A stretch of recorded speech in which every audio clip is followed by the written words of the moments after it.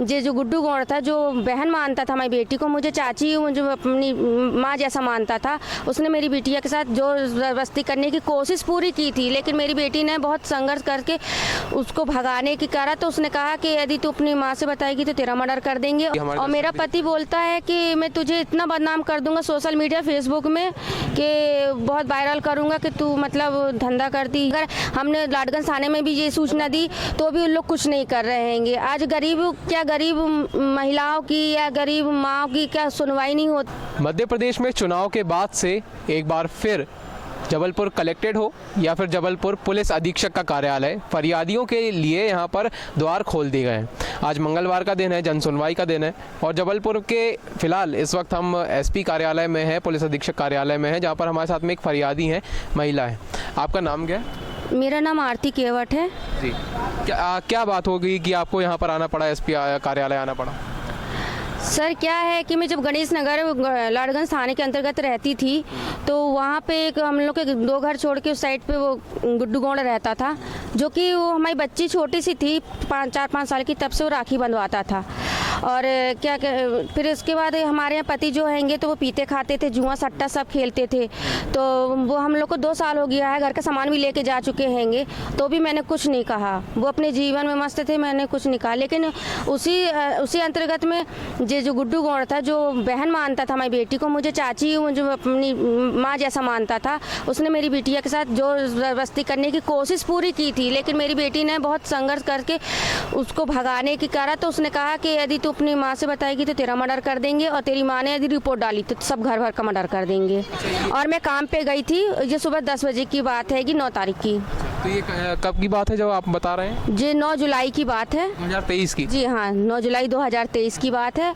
और जब मैं वहाँ आरोपी आपके घर में घुसता है आपकी बच्ची से, आपकी बच्ची की उम्र क्या थी तब? जी 15 साल।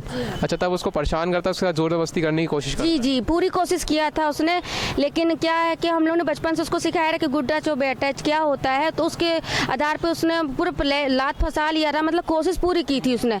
लेकिन उसने थोड़ी सी अकेली थी क्योंकि दोनों भाई भी नहीं थे उसके, और मैं भी काम पे थी, 10 बजे की बात हैगी। तो उसने बहुत संघर्ष करके उसको धक्का दे के बाहर किया दरवाजे से। तो उसने कहा जाते थे, वो कहती मम्मी से आएगी तो मैं बताऊंगी, और भाई लोग से तो कहता है कि यदि तूने माँ से बताई तो तेरा मर्डर कर दूंगी, तेरी माँ ने रिपोर्ट डाली तो मैं घर भर का मर्डर कर दूंगी। इस पे आपने FIR करवाई? हाँ जी हाँ। फिर हम लोग गए थे लाडगंज थाने, गए थे 10 तारीख को, जो कि हमारी FRI दर्ज नहीं हुई थी। फिर 11 तारीख को गए तो भी नहीं, और फिर 12 तारीख को हम लोग की FRI दर्ज हुई थी। अच्छा, तो फिर क्या पुलिस के द्वारा क्या आश्वासन दिया गया आपको, लाडगंज पुलिस के द्वारा? उन्हें कहा गया कि हमारी तरफ से कार्रवाई होगी, और फिर हम लोग को कोर्ट वोट भेजा गया। फिर वहाँ पे भी सारी चीज़ों का हम लोगों ने गवाही दी हैगी, जिसके अंतर्गत 3 साल की उसको सज़ा पड़ी है, जो कि उसको 7 साल की तो पड़नी थी क्योंकि वो 15 साल की मेरी बेटी है। तो पॉक्सो एक्ट लग सकता है? लगा है, पॉक्सो एक्ट लगा है। और वो पकड़ा भी नहीं गया हैगा, और उसको जो जेल हो गई है तो उसको जेल में भी नहीं भेजा जा रहा। वो आम आदमी की तरह घूम रहा हैगा, और उन लोग मतलब ये दिखा रहे हैं कि तुम लोग ने कुछ नहीं कर पाई होगी। मैं क्योंकि वो बंगले में काम करती, झाड़ू पोछा का काम। तो कहाँ घूम रहा आदमी? क्या पुलिस ने इस बात की कुछ तहकीकात की? कैसे पता चला आपको? या आपके सामने से निकलता है? हम क्या है, उसी गणेश नगर में मेरा काम भी करने जाती हूँ, तो वहाँ पे मैं आना जाना रहता ही है डेली का। तो मैंने उसको कई बार वहाँ से निकलते आते जाते देखा हैगा। और उन लोग मतलब ये भी बहुत कोशिश कर रहे हैं कि राजीनामा कर लें, जो कि मैं राजीनामा नहीं कर सकती, क्योंकि मैं दूसरे की बेटी के लिए नहीं सोचूंगी गलत, तो मैं क्यों अपनी बेटी के लिए ये सब करूँगी, है ना। तो मुझे राजीनामा तो नहीं करना, लेकिन उन लोग हर जगह यही कहते हैं कि राजीनामा हो गया हैगा, हम लोग करवा लेंगे, और बहुत प्रेशर डाल रहे हैंगे। तो ये पूरा लाडगंज का मामला है, थाने का मामला है, और आप यहाँ पर एसपी साहब से मुलाकात हुई है आपकी? जी हाँ। क्या बोले एसपी साहब ने? मैंने कहा सर कि क्या मुझ गरीब की भी सुनवाई होगी कि नहीं होगी, क्योंकि मेरे माता पिता कोई नहीं है, भाई बहन कोई नहीं है। और वहाँ पे भी जब मैं थी तो लोग वहाँ वालों से लड़ाई झगड़ा करवाते थे, दूसरों को दारू पिला के। फिर मैंने अपनी नंद को बताई ये चीज़ें, तो दीदी हमारी नंद कहने लगी कि तुम हमारे पास चलो, तो वो अपने पास मुझे रखी हुई है। तो वहाँ पे कोई का मतलब और कोई से लड़ाई नहीं करा सकते हैं, जो कि मेरा पति दारू बहुत पीता हैगा, जुआ पत्ता खेलता हैगा, वो 2 साल हो गया है, भाग गया हैगा। हाँ, और उसी को उलझा के दारू पानी पिला पिला के मेरे यहाँ पे लड़ाई करते हैं। वो मुझे बहुत अपशब्द बोलता है, घटिया से घटिया, कि तू ऐसा करती है, वो है, और बेटी का बाप होके ये शब्द बोल रहा है। मैं बताइए मैं क्या करूँ? मैं पुलिस प्रशासन के पास जाती हूँ, वो कहते हैं हाँ ठीक है, हो जाएगा, कोई कुछ नहीं कर रहा हैगा। और जो उसको सज़ा हो चुकी है उससे भी कुछ नहीं मिल रहा है मुझे। मैं क्या करूं? उसके लिए मुझे क्या करना चाहिए, क्या नहीं करना चाहिए, मैं कुछ समझ में नहीं आता हैगा। फिलहाल आप अभी पुलिस अधीक्षक के कार्यालय में आई हैं, तो हम उम्मीद करते हैं कि यहाँ से आपको न्याय मिलेगा, और अगर नहीं मिलता है तो आप जो है वापस से द लुक न्यूज़ को सूचित कीजिएगा। हम आपकी बात जरूर जो है ऊपर तक पहुँचाने का पूरा प्रयास करेंगे।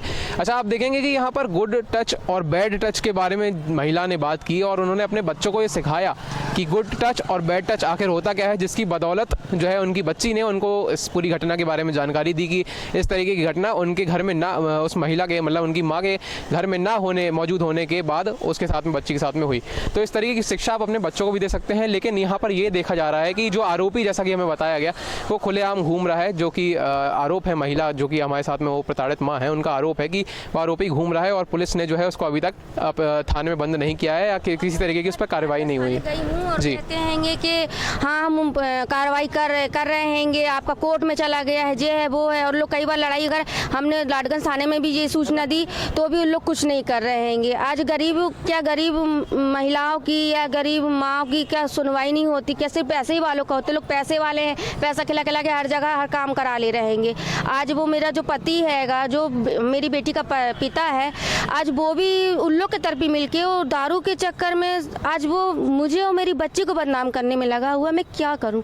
क्योंकि मैं झाड़ू पोछा काम करती हूं, मैं बहुत ही ज़्यादा डिस्टर्ब होंगी, मैं बहुत ही ज़्यादा परेशान हूँ।